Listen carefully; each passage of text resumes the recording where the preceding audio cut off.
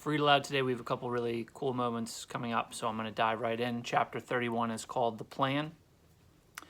Mollusk Island was the most beautiful place that Wendy had ever seen. When she first caught sight of it from the mollusk canoe, it was a dark speck on the horizon. But as the canoe drew closer, escorted by porpoises and propelled swiftly through the sea by 8 strong warriors, the speck turned into a spectacular sight. A rugged volcanic mountain rising steeply from the blue water, the dark green of its jungled slopes occasionally broken by the white foam of a cascading waterfall. The mountain's volcanic peak rose steeply overhead as the canoe passed through a series of reefs and into the calm water of the lagoon, embraced by a long curve of white sand.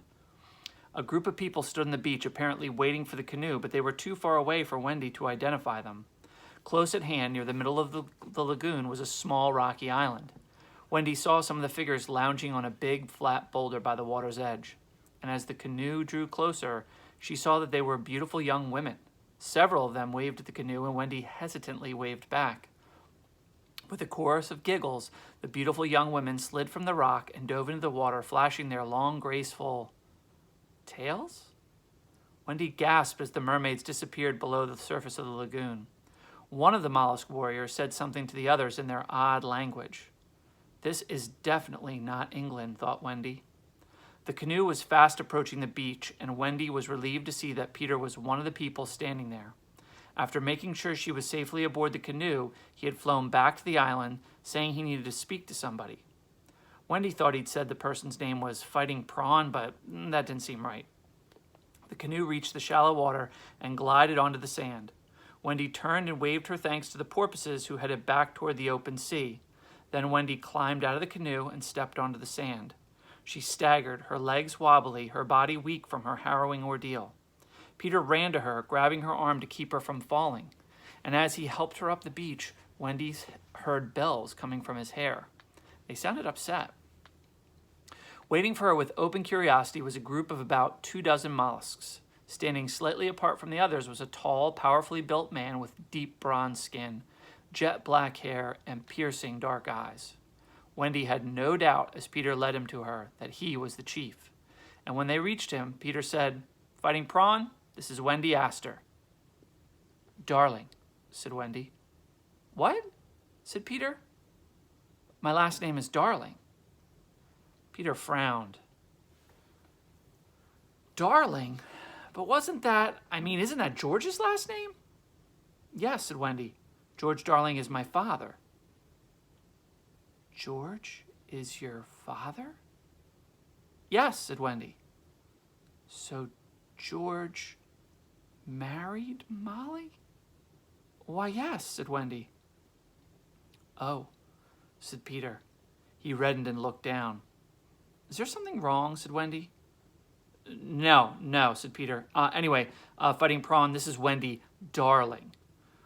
Wendy didn't like the way he said her name, but decided to ignore it. "Pleased to meet you," she said to Fighting Prawn. Fighting Prawn studied her face for a moment just before speaking. "Peter was right. You look remarkably like your mother. You must also have her courage to have come all this way alone." "I had help," said Wendy, "from porpoises, and of course Peter, but now I need to—" Wendy's voice turned to a moan as she fell backward, fainting from lack of food, water, and sleep. Fighting Prawn caught her and picked her up easily. "Tell us later. First, you need to eat and rest." Wendy tried to argue, but the lack of strength wouldn't let her. Holding her in his arms, Fighting Prawn turned and carried her toward the path to the village. Peter followed, still trying to digest the news that Molly had married George, and wishing that this fact did not bother him that much. Wendy slept the rest of the day and all night long in a hut in the mollusk village, and when she awoke, 2 of Fighting Prawn's daughters, Shining Pearl and Little Scallop, had brought her coconut milk and a wooden platter covered with fruits, berries, and some kind of broiled chunks on skewers. She ate ravenously. "What is this?" she said, holding up the meat on the skewer. "It tastes rather interesting." "Oh, it's one of our favorites," said Shining Pearl. "We only get it a few times a year." "What is it?" said Wendy. "Our word for it is—" Shining Pearl made a strange sound. "What does that mean?" said Wendy. "Giant scorpion," said Shining Pearl. "Oh," said Wendy, quickly putting down the skewer. "Don't worry," said Little Scallop. We take out the poison parts." "Oh, thank you," said Wendy, "but I'm quite full." She gulped down some coconut milk, then said, "Can I see your father now?" "He's waiting for you," said Shining Pearl, "with Peter." They led Wendy out of the hut into a spectacular island morning. The sun was rising in a cloudless blue sky, turning the jungle mountainside a million shades of green. The mollusk village was bustling. Adults were cooking, eating, talking. Children were running, playing, laughing. Wendy was struck by how healthy and happy they all seemed. There was no sign of suffering or discontent. The whole village, the whole island, seemed somehow magical. Wendy was beginning to see why Peter was not interested in leaving. Fighting Prawn and Peter were still sitting on stools made from logs in the shade of a sort of lean-to. As Wendy approached, they rose, and Fighting Prawn invited her to join them. "You seem to be feeling better," said Fighting Prawn. "Much better, thank you," said Wendy. "How'd you like the scorpion?" said Peter, smiling. A burst of bells pealed from somewhere inside his hair. "I found it delicious," lied Wendy, silencing Tink and wiping the smile from Peter's face. Turning to Fighting Prawn, Wendy said, "I'm very grateful for your hospitality, Mr. Prawn. But unfortunately, even though I've just arrived, I need to arrange for Peter and me to get back to England. It's urgent." "So Peter tells me. I will of course do what I can. Both your mother and grandfather were friends to my people, and if they are in trouble—" "I'm afraid they are," said Wendy. "Grandfather is very ill, and I don't know where Mother is. I'm afraid she's been kidnapped." "Did you call the police?" Wendy shook her head. "I think they're involved." "What?" said Peter. She told them everything she knew of the situation in London. Peter was also shocked to learn that in addition to Molly, both James and Thomas were missing. This news erased whatever doubts he had had about going back to England to help the Starcatchers. "So I've come all this way to ask Peter to come help me rescue my mom." "Pathetic," chimed Tinkerbell from Peter's hair. "What did she say?" said Wendy. "She said at your service," said Peter. "Why, thank you," said Wendy, giving Peter's arm a light touch that turned his face as red as his hair. "But how are we going to get back? I mean, I suppose you can fly, Peter, but I think I've had enough flying for a lifetime." "I'm not sure I could find my way to England flying," said Peter. "So how will we get back?" said Wendy. Peter and Fighting Prawn exchanged a look. They had been thinking about this when Wendy had walked up. "Well, we've got a ship," said Peter. "Huh, you mean a canoe? I don't think that would—" "No," said Peter. "It's quite a ship, a large one. It brought Molly, your mom, to this island once, back when it could fly. It's being repaired and should be ready to sail tomorrow." "But that's wonderful," said Wendy. "Well, there is one problem," said Peter. "Well, what's that?" "The captain and the crew." "What about them?" "They're pirates." "What?" It took Peter and Fighting Prawn several minutes to explain their plan to get Hook and the suspicious shipwreck victims off the island. "So you're going to ask this Hook person to sail Peter and me back to London?" "Actually," said Peter, "we're not going to mention me." "Why not?" said Wendy. "Well, Hook thinks I'm dead."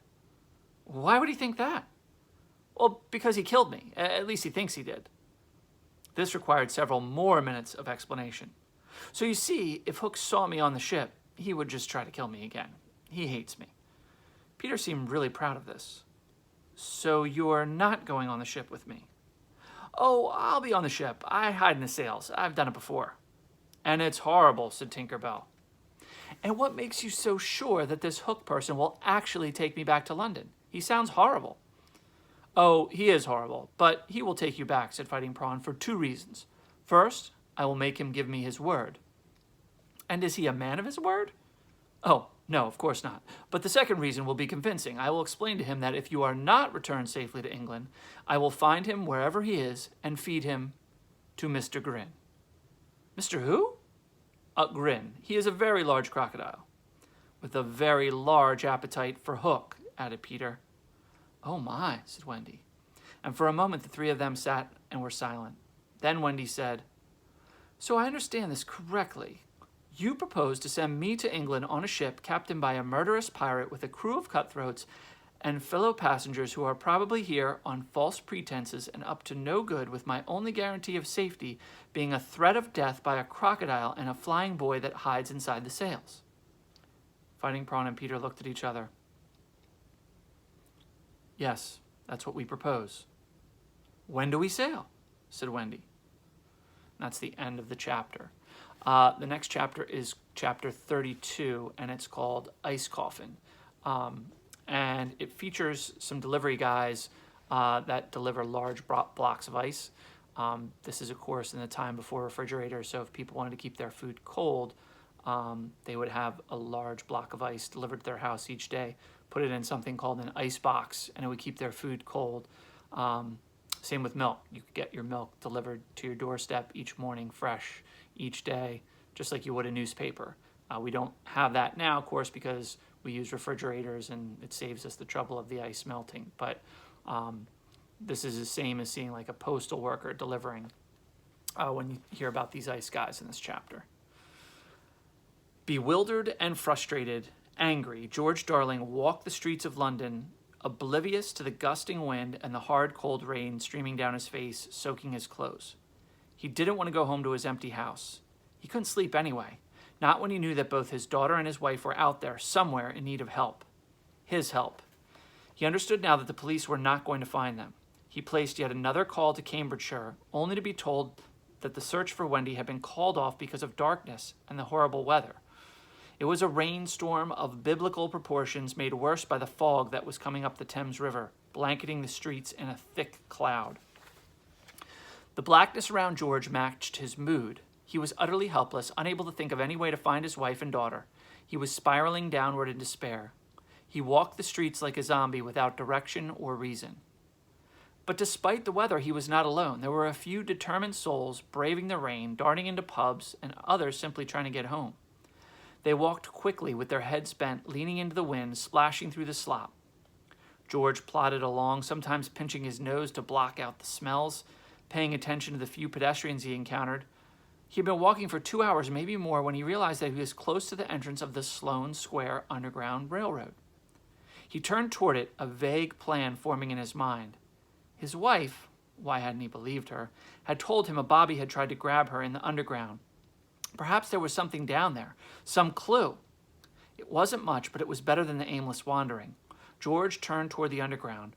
From close behind, he heard the clop-clop of horse hooves splashing on the cobbled streets. He glanced back and was surprised to see, emerging through the fog, the familiar white boxy shape of an ice cart. Strange to see one so late. The iceman usually came around in the morning, delivering to the better homes of the neighborhood.